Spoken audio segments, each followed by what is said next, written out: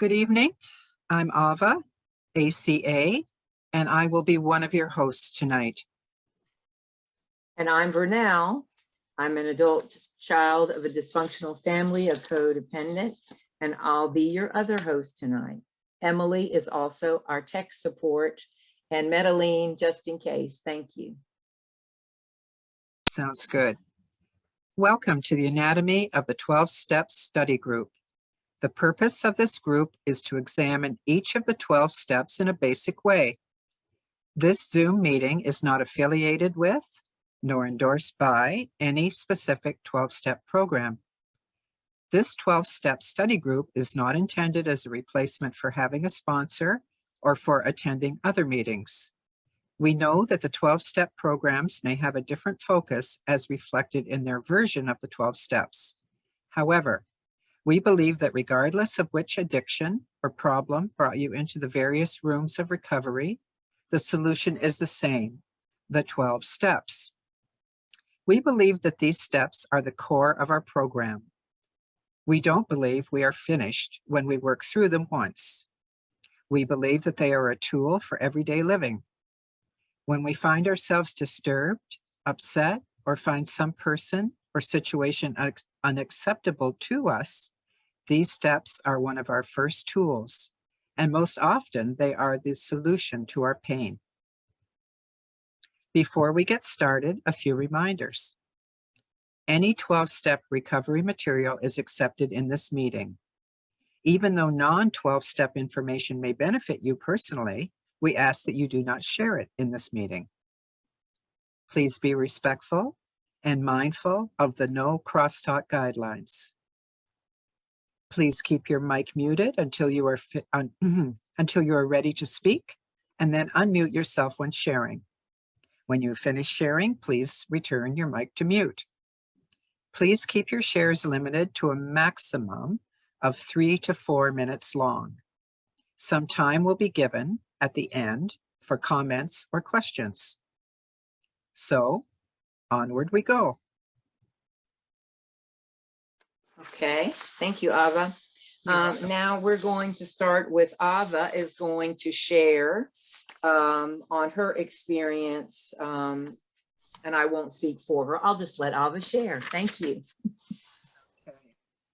Well, I'm going to share on a piece of step 12, but first of all, I'll read the whole thing. Step 12, having had a spiritual awakening as a result of these steps, we try to carry this message to others who still suffer and to practice these principles in all of our affairs. Well, as a writer, which I am, words are very important to me. The correct word in the right place can literally thrill me at times. So, before I move ahead with step 12, let's back up to the beginning. For those of you who either attended our step 1 session and or watched the step 1 video, you may recall that I was one of the presenters with my stepmate, Vernell. You may also recall that I confessed to stumbling over the word unmanageable, as in we admitted we were powerless over the effects of alcoholism or other family dysfunction and that our lives had become unmanageable. I shared that this one word was difficult for me to relate to, finding it altogether too tame, a word way more suitable for my hair on a bad hair day than for my erratic, fear-driven life.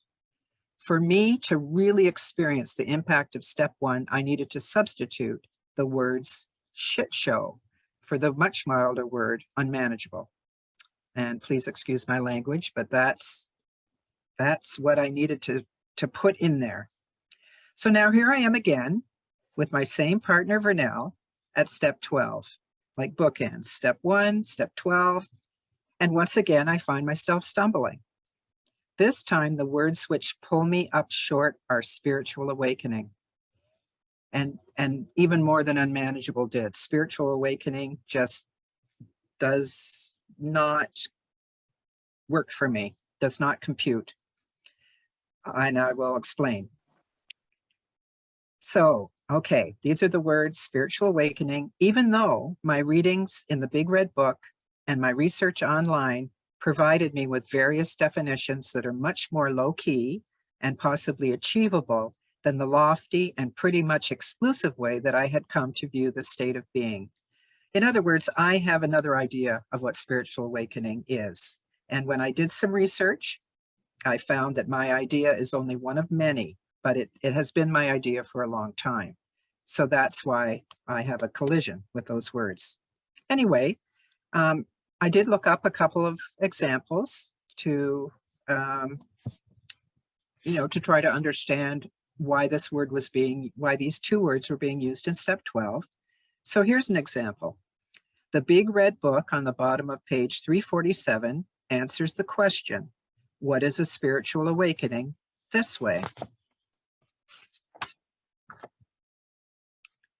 A spiritual awakening is the result of working the ACA 12 steps and by actively participating in recovery. It then goes on to say, we remain spiritually awake by attending meetings and working the program. We pray and meditate regularly. We also help other adult children with their program. Spiritual experiences, which can lead to a spiritual awakening, can be sudden and dramatic. Other spiritual experiences can be subtle, but equally powerful and enlightening. So that's what the Big Red Book says, and that's not the way I think of it. Here's another definition of a spiritual awakening that I gleaned from the website SoberNation.com, which I also find to be low-key and possibly achievable. And because of this, once again, it contradicts what I had come to think of as a state of being reached by only spiritually advanced human beings like the Buddha. So the definition on Sober Nation is a spiritual awakening can generally be defined as a newfound awareness of a spiritual reality. It does not go on to say, after which you will become a great teacher and a light unto the world, as I would have it in my understanding. So given these two definitions, I can see that the use of the term spiritual awakening can be understood to be appropriate for its inclusion in step 12. Nonetheless, I have another way to express this aspect of the last step to myself and for myself. I actually volunteered it last week when Medellin asked us at the end of our step 11 study group to sum up in What'd you say? You're not muted. There you go. I actually volunteered it last week when Medellin asked us at the end of our step 11 study group to sum up in less than 6 words what our acts of prayer and meditation bring to our lives. I answered in 3, these 3 words being alignment with truth. Therefore, for myself and to myself, I respectfully reword step 12 this way. Having come into alignment with truth, as a result of these steps, we try to carry this message to others who still suffer and to practice these principles in all of our affairs. When I am in alignment with the truth of ACA and also with that of my higher power, which I think of as a field of supreme loving intelligence, I am firmly standing first and foremost in the knowledge that there is not now, nor has there ever been, something fundamentally and irreparably wrong with me. Being in alignment with this one single holy truth, I can breathe. I can look myself and other people in the eyes. I can stop hiding. I can stop torturing myself. I can set boundaries. I can learn. I can grow. I can finally feel safe being myself. I can fully share myself with others, including my experience, strength, and hope with the people in these rooms and outside of these rooms. I can even begin, as Vernell often says, to expect the best and get it. Thank you for letting me share. Thank you, Ava. Thank you for sharing. Next, we have a guest that's new to this meeting. And she is I'm going to give you a little bit about her. Her name is Nanette. Nanette Victoria is a support friend and a fellow traveler in ACA. She currently resides in Ellicott, is that I'm saying it right? City, Maryland. She is sober in AA since June 27th, 2007. She entered Al-Anon in 1992 and started attending ACA in January of 2021.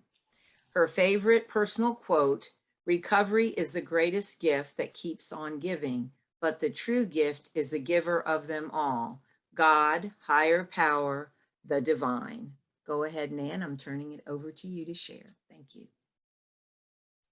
All right. Hi, family. I'm Nan. I'm a very grateful alcoholic, ACA and Al-Anon. And let's see what can happen in 5 minutes. I believe it says 5 minutes.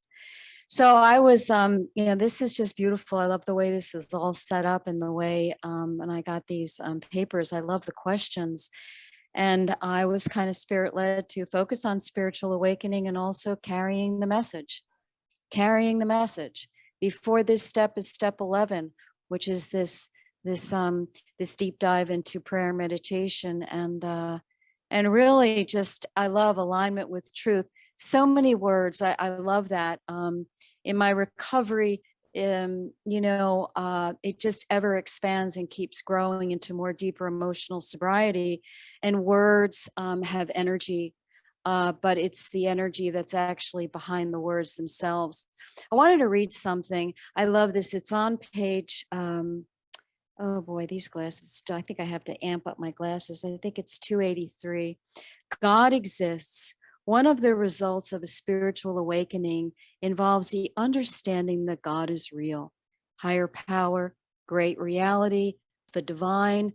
I love to dance with all the different energetic frequencies of the language because I love just embracing it all and integrating it all. That's just kind of my style.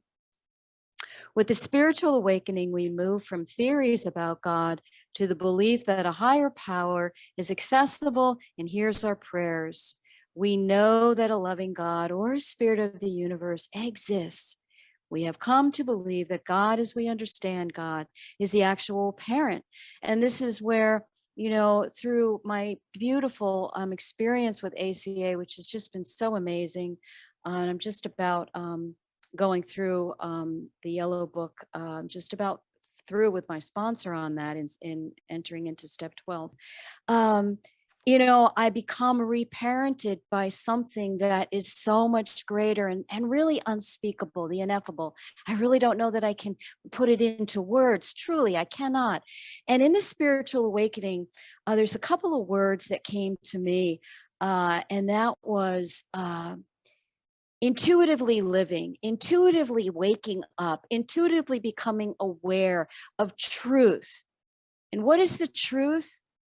That I never really left home, that I've never been separated from this divine, this power, this source. I may have fallen asleep and lost my way and came through a family system of a lot of toxicity. I love how ACA puts it, this bundling that gets handed down. I like to say psychic damage that gets handed down, but it's not what I am. It's truly not what I am. But through the steps and through the gutting out, I like to say going down to the bottom of the basement where the calls are coming from with a sponsor, fellow traveler, in groups, and just excavating and just looking at all these things blamelessly. Nobody's at fault. And then in this awakening, and there's grand spiritual awakenings, and there's the educational variety, as the big book talks about. This is an area for me that I really could probably share on for quite some time, because I did have something happen to me, quite dramatic. But I don't believe it has to be any which way or one way. I've heard it say with spiritual awakening, sometimes if it's too dramatic, the physical body has to do a download with that. And it took me a long time to actually have it be downloaded energetically into my body because of what happened. But I did have that type of experience happen. The next thing I want to get into, and I think I started at, I hope somebody's timing me, is carrying this message.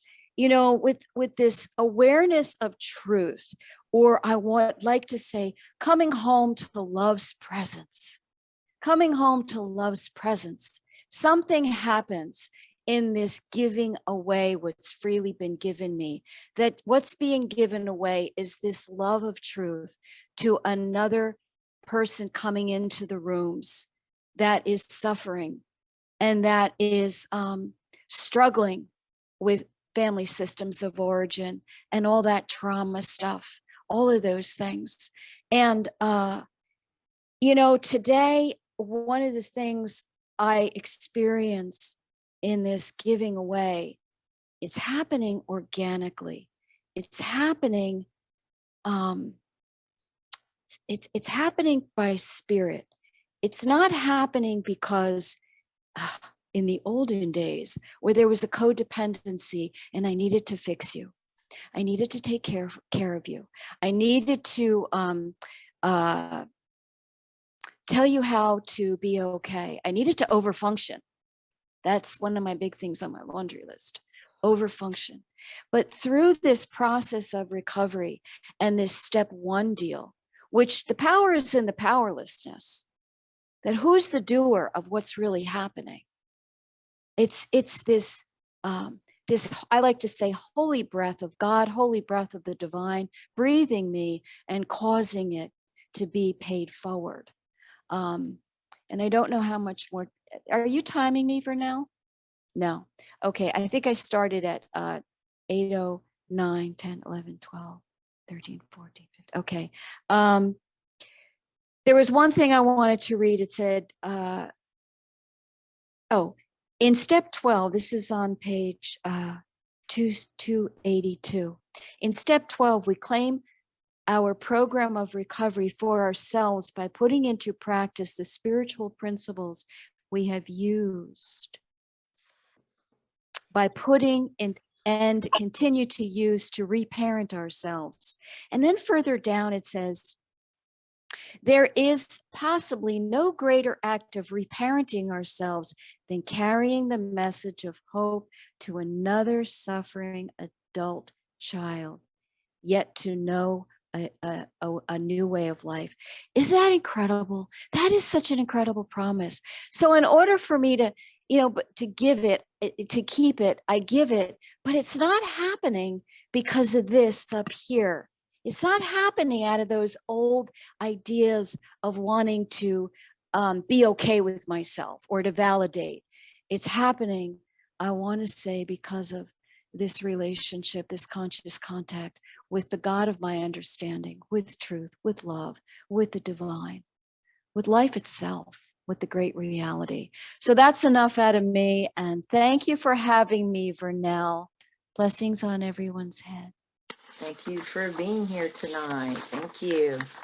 Okay, guys. I just had such a great time researching this. So here we go. Well, here we are all together. We can celebrate, right? We made it through to step 12. What an accomplishment. Finally, at the end of the 12-step journey, we've learned everything we needed to know. We finished working the steps. Now life is good and we live happily ever after. If you're shaking your head no right now, you're absolutely correct. Reaching the 12th step is definitely not the end. Let's explore why. And what I did was I'm breaking this down into bite-sized pieces, okay? So here we go. Having had a spiritual awakening as a result of these steps. What does having a spiritual awakening mean to you? Have you been awakened as a result of working these steps? If so, in what way? Key point 1, a spiritual awakening can be described as a mental maturity process, a change in consciousness. It is a byproduct of working the steps, becoming more aware of thoughts, feelings, and actions. Spiritual transformation slowly but surely will grow. I heard a quote by Father Richard Rohr that I really liked. He described a spiritual awakening as a developing an illuminated gaze. And I just think that's so really good. So what's changed in me since I started this journey? How do I view myself and the world around me? Fellow travelers can see changes in me generally before I can. And I realize that the world doesn't revolve around me anymore. I learned to accept reality as it is and not how I wanted it to be. Reality is not personal. Another great quote that I found. I now live, I no longer live the life of a victim. I'm empowered. I began to thrive and not merely survive. I live more often from the three core spiritual principles of honesty, open-mindedness, and willingness. And you can refer to the document that was sent out with the homework on the spiritual principles. Throughout my total of 25 plus years of recovery in different Al-Anon, Nar-Anon, CODA, and now ACA, I have had several big spiritual experiences that I really cherish, and I've shared a couple of them previously. But today I realized that I tended to overlook the small awakenings because I was wanting the bigger burning bush experiences. But today I can see how the small awakenings, epiphanies, revelations, or light bulb moments, whatever we want to call them, that this is the new way to life. This is recovery style, living life recovery style, as my sponsor likes to say. I can honestly say the longer I keep coming back and giving back, the more I awaken and continue to be transformed into the best version of me. Key point 2. From the steps we took by Joe McHugh. I got so much great stuff from that. There may be as many spiritual awakenings as there are people. Each person is going to have a unique spiritual experience or awakening that will fit his or her particular life. Each one will be like no other, but they will have something in common. We will be able to think, believe, and feel things that we couldn't before. Key point 3, we are promised that if we work these steps, we will become spiritually awakened. Hopefully by now you're starting to see some ways in which we, I'm using that word, this is the we program, right? That we have all had some form of spiritual awakenings as a result of working these steps. And I will post in the chat later, because I didn't have time to share this, some of the signs and symptoms of a spiritual awakening, and I'll post that later. So I'm continually awakening. What's next? We tried to carry this message to others who still suffer. What would happen if no one did service work? How would 12-step programs continue to exist? Could they exist without anyone to help carry the message? Probably not. What good does it do me to keep the good news of recovery to myself? That's like getting a lavish gift and never opening it to see what's in it. If I want to keep what I was so freely given, I must be willing to give it back to others who still suffer. None of us can do it all. It takes all of us together doing our part to make a difference. Telling my story matters. Choosing to participate in service work like I'm doing here matters. I believe it helps others recognize a deep need inside themselves that encourages recovery and healing. I started recovery when I was a mess. Now I choose to carry the message of hope. I have been set free of so much that kept me in bondage that it would be selfish of me not to want to pay it forward.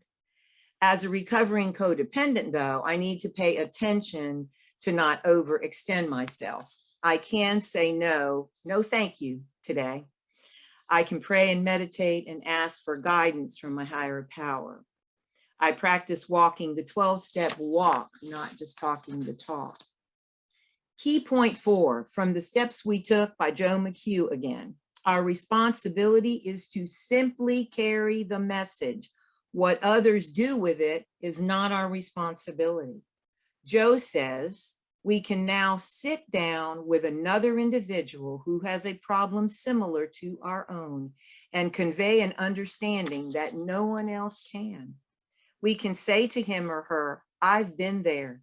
Because of our experience, we can cross barriers of race, religion, and every other kind, and we can understand each other in a very meaningful way. We choose to carry the message, what's next, and to practice these principles in all our affairs. What better way to get to practice these principles in all my affairs than to sponsor or guide others through the 12 steps? I also choose to be available for support and outreach calls. Doing this work keeps me grounded in the knowledge that there is so much more I need to learn. Newcomers, sponsees, and other fellow travelers make for great teachers. I can be a mirror and reflect what this We 12-Step program is about. When I contribute to others, I'm reminded that there is hope for a new and better day. In closing, step 12 is a reminder to me that we have not yet completed our journey to wholeness. Finishing the 12 steps is just the beginning to me of a transformational ongoing journey. New chapters await, new and better ways of living, loving, and giving await us all on the recovery path, which is less traveled. Key point 5, the miracle happens when we complete the steps. The magic happens when we apply the principles to all our affairs. Thank you for letting me share. Okay, everybody, it's now time to open the room for group sharing, questions, whatever. Anyone can share their experience with step 12 homework or on what came up for you regarding step 12. As a reminder, we will allow some time at the end of the meeting for additional comments or questions pertaining to any ideas or concepts that were discussed. Raise your digital hand, or if calling in from a landline, send an email message to anatomy12steps2022@gmail.com, and we'll try to get you into the discussion. We're now open. Please raise your digital hand, and it looks like we've got Sue. Go I ahead. am Sue, and I've worked the steps 3 times, and each time I came to step 12, I felt like I did something wrong because I was expecting this really big awakening, but I really appreciated the illuminated gaze and the alignment with truth. Those really work for me as a better framework, I think, for what I have experienced. So I wanted to thank you. Thank you, Sue. Go Hi. ahead. Hi, I'm Emily. Codependent recovery and adult child. I admit when I first started, I think my very first group was Al-Anon, and I did have kind of a big fireworks kind of spiritual awakening, and occasionally it happens. At least it when it happens, that it feels like it's a big firework, but there's also the smaller ones. And I think everybody, I think the tendency might be to consider, ooh, am I missing something? I didn't quite do it right because I missed the fireworks. And as a journey through my spiritual awakening, I've done some metaphysical stuff. I've done some spiritual vibrational energy type work, and expected fireworks. And some of it was illuminating. There wasn't always fireworks though. But I was also reassured that that doesn't happen really that often. If it happens for you, that's great. I think I think everybody at one point or another is gonna see something like that. In retrospect, it might be bigger than it is when you're experiencing it. Just a realization that I don't have to put up with that anymore, or I don't need those people in my life anymore, or any kind of thing like that. I think if you haven't had that kind of giant firework thing, possibly consider giving yourself a little bit more credit because chances are you probably have, and it just, maybe it came across as something else, or maybe it's something you can look back on later and say, oh, wow, yeah, that really was a turning point, right? Because even turning points can sometimes start off small, but it leads you to greater things. And I admit, yeah, I'm with kind of everybody else. That's when I got to step 12, I was expecting, okay, rainbow is every day now, right? Reality is going to change. And, we go on and we find the rainbow ourselves and we make it ourselves. So for those still looking for that kind of thing, keep your eyes open, right? And consider even the small stuff, because even that's a gift. And I just wanted to share that I've experienced that, and I know where people are coming from with that, but you keep your eyes open, and everything's a gift. So thanks for letting me share. Thank you, Emily. Nancy, ready for you to share. Can you hear me? Yes. Thank you. Okay. The part that I really wanted to share about step 12 is the part where it says we practice these principles in all our affairs. I think about that a little bit differently than what has been talked about so far. When I think about practicing these principles in all our affairs, it means to me that what I have learned in the program about not controlling other people, about being honest, about making amends, all that stuff, I need to practice that in my whole life, not just with the people that are in the program or the people that we're in relationships with or our, alcoholic parents or whoever. I need to take it to work. I need to take it to the grocery store. I need to take it to my family. I need to make this program my lifestyle. And I think that's what I get the most out of practicing these principles in all our affairs. The other piece that I wanted to talk about is the part where it says, carry this message to others.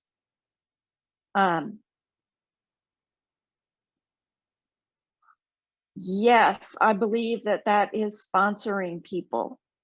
I also believe that it's chairing meetings. It's if you're in an in-person meeting, it's starting the coffee pot. It's setting up chairs. It's what Emily's doing with the technology. It's everything that we have to do to put this program together. It can be when somebody at work says that they're struggling with something that relates to a principle in the program. We don't have to say where it came from or whatever, but we can say what the principle is and just talk about our experience, strength, and hope. There are so many ways that I work step 12 in my life that doesn't have anything to do with sharing that I am in a 12-step program.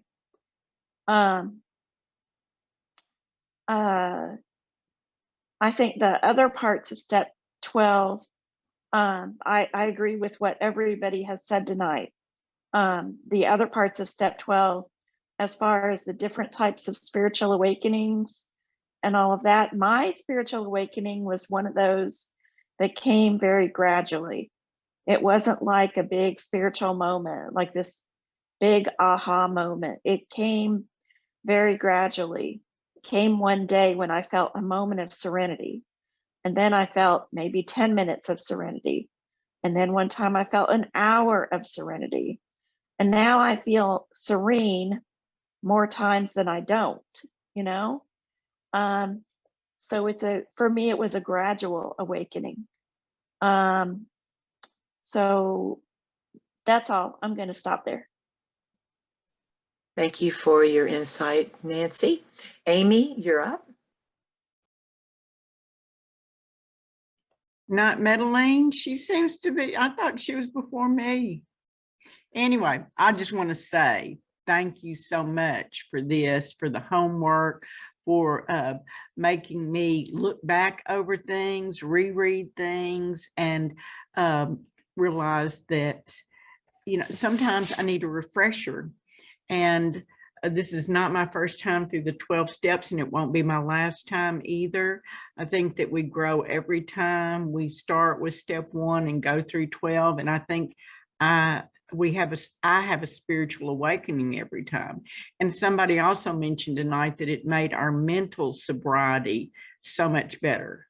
And, you know, I have been needing mental sobriety for a long time, and it's taken me a while to get to the point where I can acknowledge what's wrong with Amy, not what's wrong with you, you know, not take your inventory. So that's huge. That's a huge gift of the program, and I get it all the time. So glad I'm here. Thank you for sharing, Amy. Madeline, you're next. Okay, I'll be glad to share. Hi, everybody. I'm Madeline. I'm an adult child and codependent. And there's a couple parts of this step I would like to share about. Yes. And one of them is about the spiritual awakening part. For me, it wasn't a burning bush experience either. What it was I call spiritual awakening for me a moment of clarity. Now, it's many moments of clarity. It's finally seeing life totally differently than I saw it before recovery. So having had a spiritual awakening, it's having had a shift in the way I see myself and in the way I see others and life in general. For instance, I did not grow up in a family that understood anger. Anger was a no-no in my family. When I got married, I married a man who had temper tantrums, lots of anger, and I did not understand them at all. And at first, before recovery, I thought I had done something wrong to make him mad. I got into recovery, and I was told by my sponsor and by you guys that it wasn't about me at all, that his anger was about him. And I said, that's ridiculous. He's in my face. His finger's in my face saying, you did this, you did that, you made me mad, you made me do X, Y, Z. You know, it sounds like about me totally. And I kept being told, his anger is his anger. It has nothing to do with me. Now, one of the shifts for me in this recovery is to realize that that's true. Somebody else's reaction, somebody else's anger has nothing to do with me. And to see that shift and begin to see a little bit of what human behavior is all about, and that people behave the way they behave for a reason. There's always a cause and effect, and rarely, if ever, is it about me. And for me to see that clarifies my everyday living totally. So to me, spiritual awakening was a major shift in my perspective of myself and of everybody else in my life. So it was huge for me. And the other thing is practice these principles in all in our affairs, but carry the message. once I saw what was causing me pain and I saw how to eliminate that pain, step 4, 5, 6, and 7, and then 8 and 9. You know, once I had the tools for eliminating all of that pain, I could not share it. I mean, it's like, this is the best news in the world, and it's free, you guys. I mean, we get this totally free. We don't have to pay a penny for it. And it's learning how to love myself enough that I can love other people and be compassionate toward them. And I could not share. So today, not only will I sponsor people, I'll also begin meetings, lead in meetings, you know, share in meetings. I also believe that the 12th step is not only for me to take it personally, I think it needs to be a group thing as well. For instance, my in-person group that doesn't exist anymore because of COVID, we took the 12th step literally. So we as a small group began to sponsor seminars, we sponsored camping trips, we sponsored movie nights where we would look at recovery movies and then discuss them. You know, we sponsored picnics, speaker evenings, and then of course, as we grew, we did anything we could to share this great news. And I just think this is a great news. You know, that analogy about cracks are great because that's where the light shines through. That is what I felt. I was in a dark hole before recovery, and I saw the crack when I began working the steps in recovery.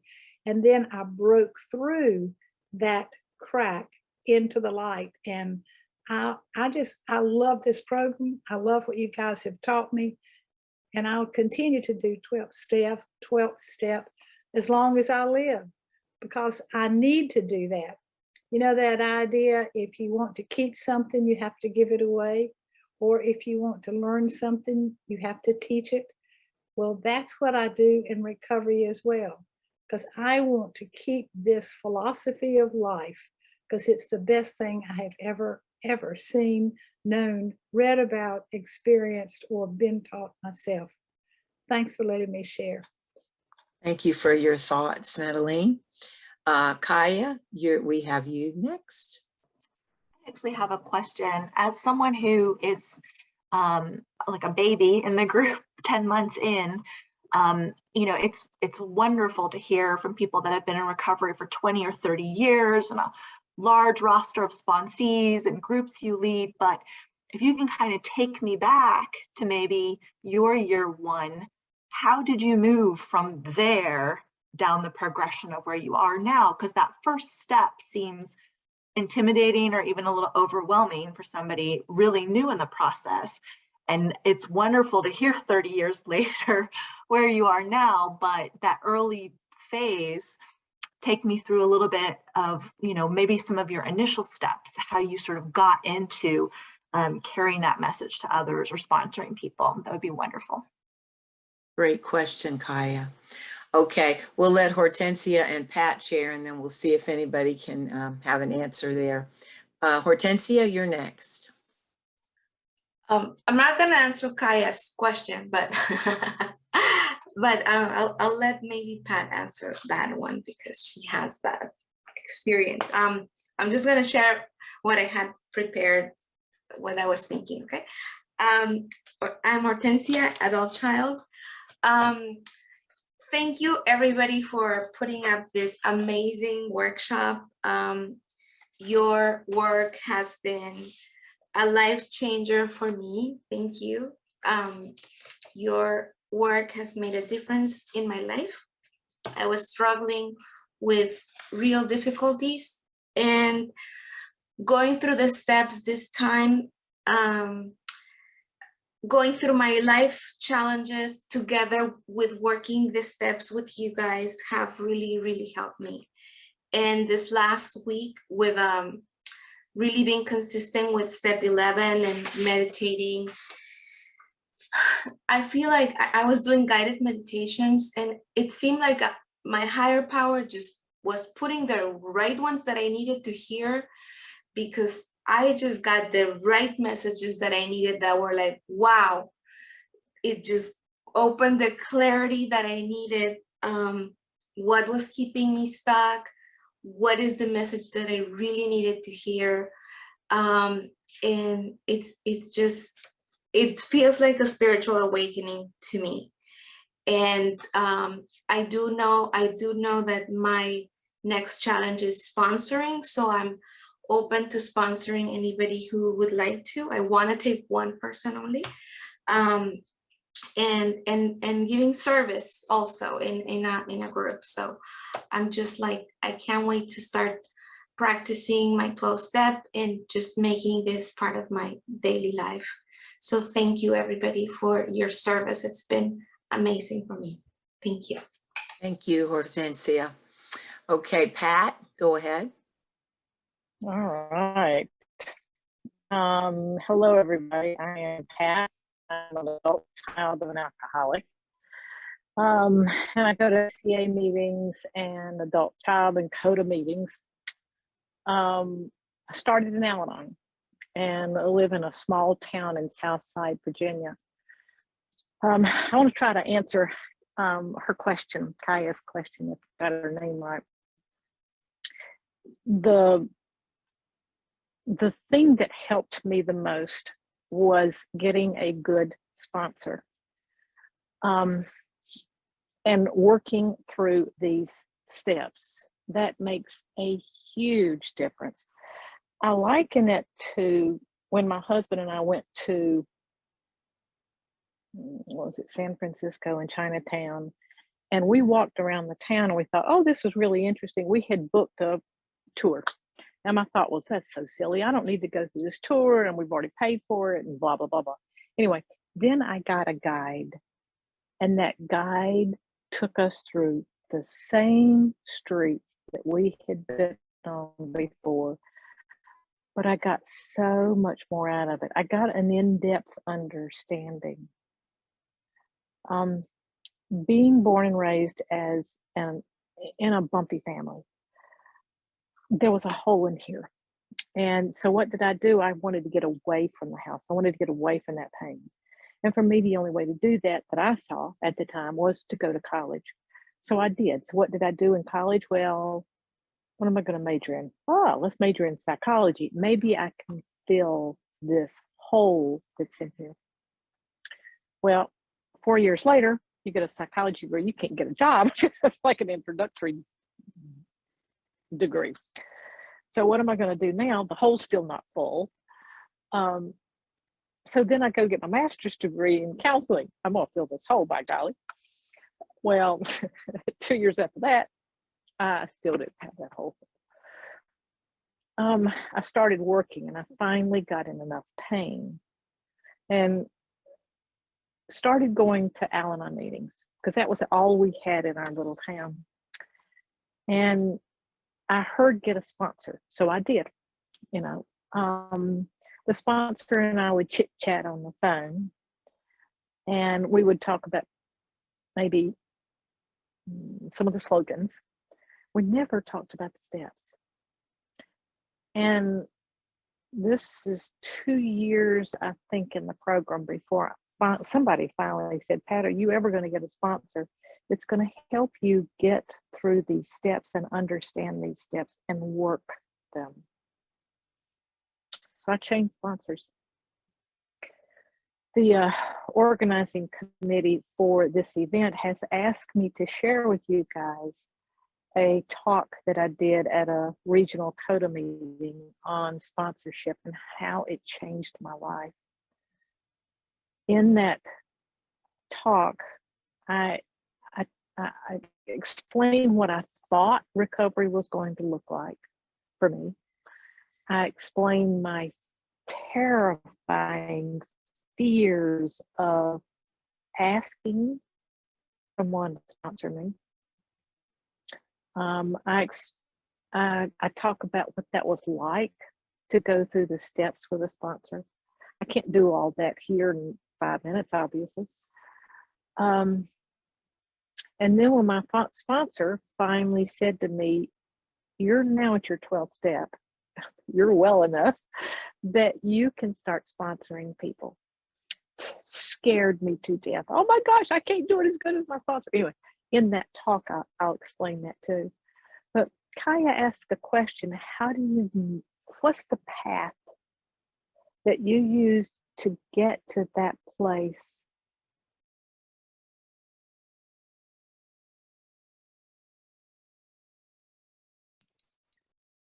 Vernell, I think there she's coming back in maybe. I think she got kicked off.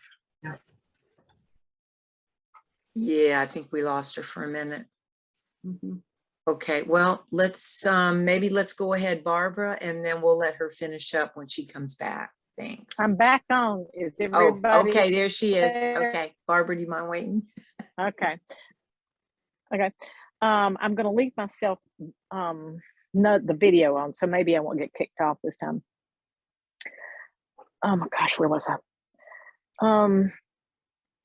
I completely lost my thought. When you, Kaya asked, how do you get to that place where a lot of the old timers have gotten to? Biggest thing, get a good sponsor. If that one's not working, in fact, we were talking this morning on a meeting. If that one's not working for you, get another one. I mean, that's what I finally learned. This is my life. I only have one life. And I don't want to waste my time living in pain. So getting a good sponsor, listening in meetings, watching other people. In that talk, I will share with you questions I learned, interview them. You know, is this the kind of person I want to sponsor me? And then try it. If it doesn't work, try another one. You know, so this has been a wonderful meeting. I love some of the shares so far, and I'm going to put myself back on mute and let the next person share a little bit. Thank you, Pat. Barbara, your turn. Hi, everybody.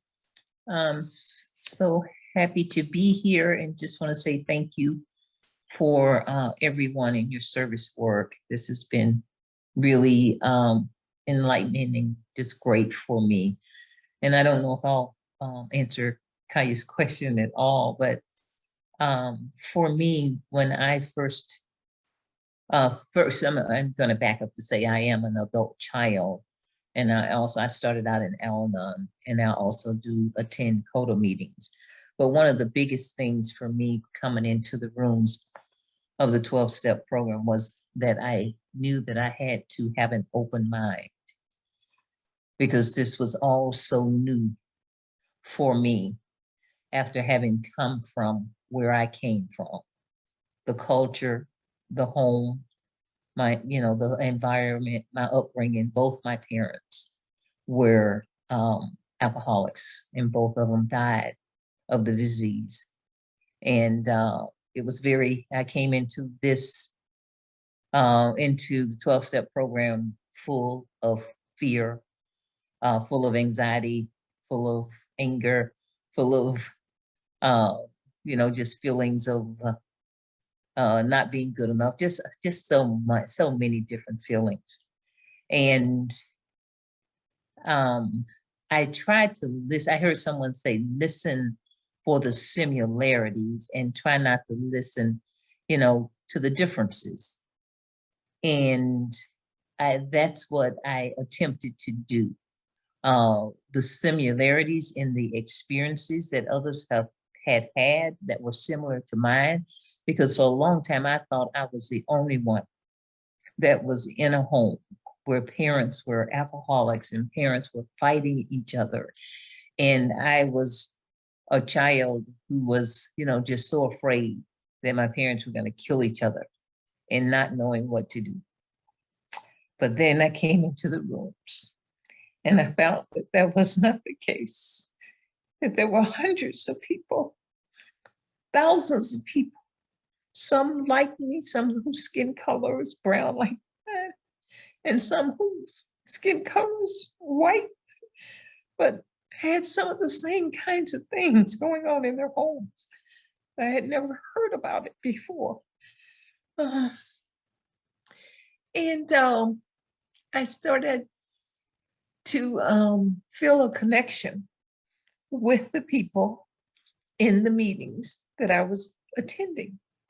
And then when I heard the problem read at a meeting, I could so identify with it because, the part was as we had come to feel isolated and uneasy with other people, especially authority figures, and to protect ourselves, we became people pleasers. I experienced all of that. And I think for me, the spiritual awakening came, and it was slowly evolving, and some of it seemed to happen to me by osmosis. But those things started to diminish from me. The people pleasing, being afraid of people in authority, I had a but I don't fear that anymore. I don't, what was it? Take mistakes, somebody who, whenever I would receive criticism, I would take it personally. And I've learned, not to do that. For me, all of those types of things were spiritual awakenings for me. Seeing those kinds of things diminish and, just feeling more connected with myself and learning.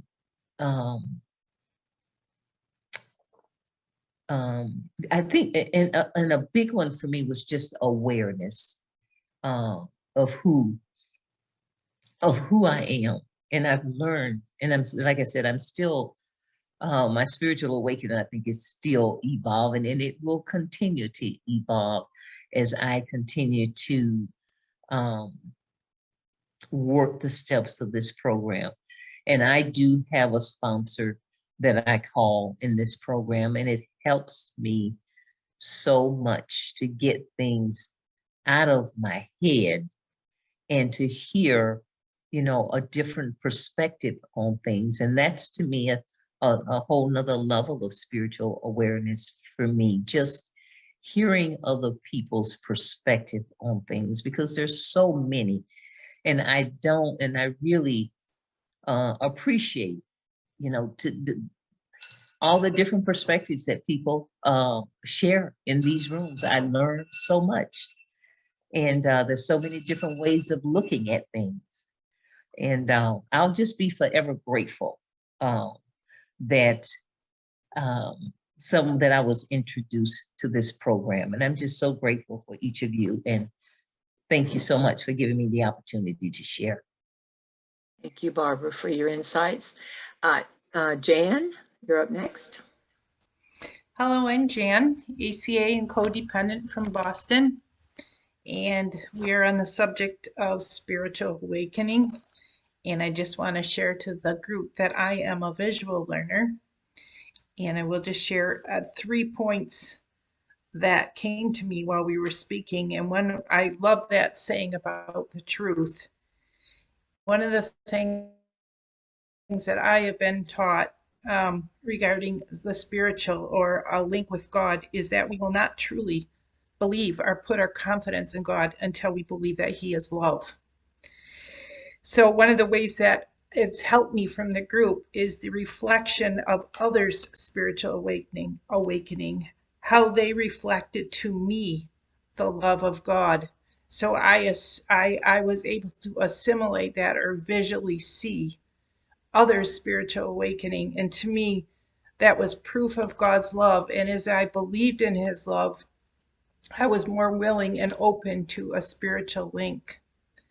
Finally, I just thought, so that really results in one of the greatest services that we can extend to others is the reflection of our love of God by practicing these 12 steps. And that pretty much sums it up. And that is what I would call it was resulting in a spiritual awakening. And thank you for letting me share. Thank you, Jan. Thank you for sharing. Jane P. and then Betty Grace. Hi, I'm Jane, a grateful recovering codependent. And I just want to share for a second on carrying the message. The person that introduced me to CODA, well, she had first invited me to an Al-Anon meeting, and I had been in Al-Anon before, but she decided that, or it was recommended to her that she attend a CODA meeting, and she invited me to come too. I am eternally grateful that she carried the message to me. She lived the steps. She had been in Al-Anon for many, many years and in AA before that. She lived the steps. She practiced the steps. She spoke the steps just naturally in her life. And then it was because of the way she carried the message that I was drawn to CODA. And in that, because of that gratitude toward her, it motivates me and inspires me to want to carry the message as well. Thank you for letting me share. Thank you, Jane. Betty Grace, thank you. Hi, I'm Betty, and I am an ACA and also AA and CODA. And, you know, it really struck me when I was reading the 12 Steps We Took by Joe McHugh. It was mentioned about the difference between a spiritual experience and a spiritual awakening. And I always felt like I had a spiritual awakening. That was when I first went into AA, and I couldn't stop drinking. I was making meetings for around eight months, and I just couldn't stop. And what happened was I started attending these other meetings where people were always talking about God, how he helped them stop drinking. And it was instantly, and I was fascinated by that. And so then one night I cried out to my higher power to help me stop drinking. I just couldn't take it anymore, you know, and I was drunk. And I felt something, and I felt hope, and I felt peace, but I must have passed out. You know, I was in a drunken stupor. I passed out, and the next morning when I awoke, I remembered that feeling of hope. And I knew something had changed, but I didn't know what. And that evening, I didn't have the desire to drink. And I was so excited, you know, that I didn't really want to drink. It was gone. The obsession was lifted. And I've always called that my spiritual awakening. And reading this book, I can see now that it was just a spiritual experience, something that happens instantly, as opposed to gradually as a spiritual awakening. And so that was in 1977, and that desire to drink has never come back. But I didn't have a good sponsor. Every sponsor I got didn't really go into the steps. They weren't into that. And so I never really understood. And then too, you know, I didn't know who I was. And I was so blocked with my feelings that I couldn't open up. So at any rate, I just didn't feel like I belonged even in AA all these years. And then I found ACA, and I got a good sponsor. And she took me through the steps. I was with her for my 4th and 5th step. And it was amazing the way I felt after getting all that out. And as I started making ACA meetings, I started having flashbacks, and memories were coming back. And I realized you know, that I was sexually abused throughout my childhood and that my mother knew about it. And it was really overwhelming. And thank God that I had a sponsor that I could talk to her about it. And today I've accepted it. And I know today that I have a spiritual awakening. And it's a slow process. That's what they say. It's slow. It's gradual. As you attend meetings and you share with people and you go through the work whenever you get upset, which I'm starting to do, that's the 10th step, you get better. And I feel like I'm ready to sponsor too. It's taken me a long time, but I'm really glad. I'm so grateful to ACA for getting me this far. You know, I've had a shift in my thinking, like someone mentioned, and that's what happens when you have spiritual awakenings. You know, you're able to think, to see, to believe things that you weren't able to do before under your own power. So I do have a God in my life, and I practice a conscious contact with that God every day. So thank you for letting me share. That's it. Thank you, Betty Grace, for your thoughts and insights. Kendall?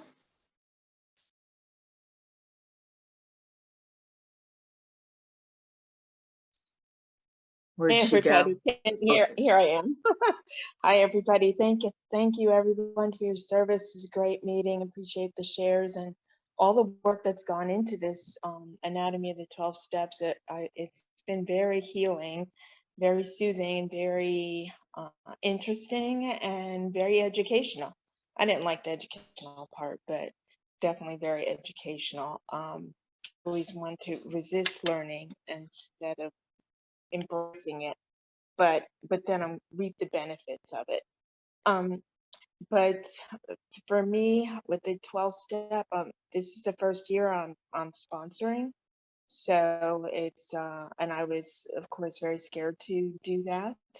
But it's been over a decade and a half of trying to get this, but it wasn't until I joined Al-Anon, CODA, and ACA that I started to and get through on the other side of steps 4 and 5 that I really started to benefit and see some healing and gifts that I was given of detachment so that I could focus on healing were so helpful.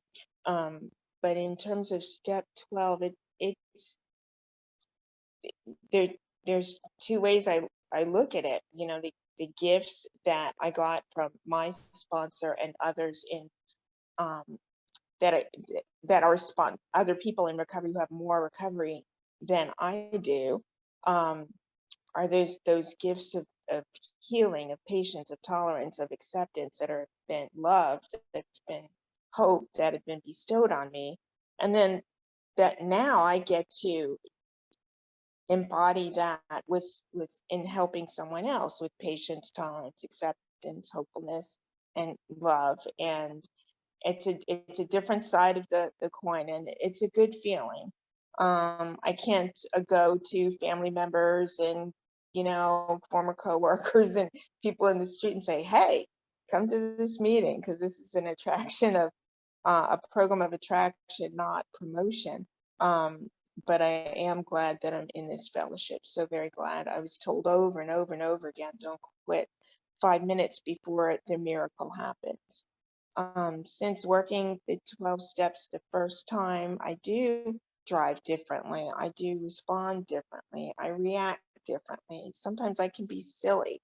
I started crocheting again. I started walking more regularly. I started doing other craft works and spending more time with my brother, and started looking at things in terms of my future that I hadn't considered 2.5 years ago. So it's been exciting, it's been healing, and my sponsor used to always tell me when I detached from my family, because things had gotten so toxic, that it was for right then, it wasn't forever. I didn't know how things would be in the future, but that I have a recovery family. And that is really, really true. I do. I have a recovery family, people I could call on at any hour of the day and night, people who have been there for me for health reasons, groceries, meeting in the park for lunch, and hanging out on the phone on an afternoon, just shooting the breeze, including some recovery principles. So it's been a great, great journey. Thanks. Thank you, Kendall, for sharing. Well, we're about out of time. I would like to just say something in response to Kaya's question. For me, when I started out in the program, of course, it was way before COVID, and I got into meetings. I was a regular attendee. I didn't get a sponsor right off, and that probably hindered it, but I went to meetings. I listened at first, then I started sharing when I felt I had something to say. And then I even started, a meeting. Sharing is caring, chairing meetings, being there. And those are all things that really got me into doing service work even before I had much recovery. So I just wanted to share that for me anyway. Okay, thank you, everybody. Great shares tonight. Please feel free to share the concepts you heard tonight, but not who was here, so that we protect the anonymity of each person in the group. We ask you to please take what you need and leave the rest. Some of us can remain in the Zoom room after we close for any additional discussion, but before we close, let's hear from Jane about our wrap-up session and the next steps going forward. Go ahead, Jane. Hi, I'm Jane, grateful, recovering codependent. And I want to thank Pat for giving a great intro to our homework. Because for our homework, we're asking you to listen to that talk that Pat gave on finding a sponsor and being a sponsor. I'm very excited about our wrap-up session. So many of you sounded like this is the end. Well, hey, it's not. We've got one more session, and it's going to be great because we are going to be talking about discussing comments and questions on finding a sponsor and being a sponsor. In addition to that, we really want to hear from you, your feedback on the anatomy of the 12 steps. The impact that it's had on you, your thoughts and feelings. It will help us going forward for future planning. So Ava will be sending out the homework, and I noticed, Vernell, that you also posted in the comments the link to that video. So please listen to it before the next session. Thank you. Thank you, Jane. Appreciate that. Lots still to look forward to. Okay, guys. Ava and I talked. She had to get off, but we decided to close with an excerpt from the Big Red Book and the 12-step prayer taken from Step Prayers for a Way Out, page 92, in the workbook, A Way Out, A Spiritual Process for Healing by Friends in Recovery. The Big Red Book, page 288, says, spiritually awake adult children understand the spiritual axiom which states we must give away what we have to keep it. We will end with the prayer. Dear God, higher power, my spiritual awakening continues to unfold. The help I have received, I shall pass on and give to others, both in and out of the fellowship. For this opportunity, I am grateful. I pray most humbly to continue walking day by day on the road of spiritual progress. I pray for the inner strength and wisdom to practice the principles of this way of life in all I do and say. I need you, my friends, and the program every hour of every day. This is a better way to live. Thank you, everybody. We're done for tonight.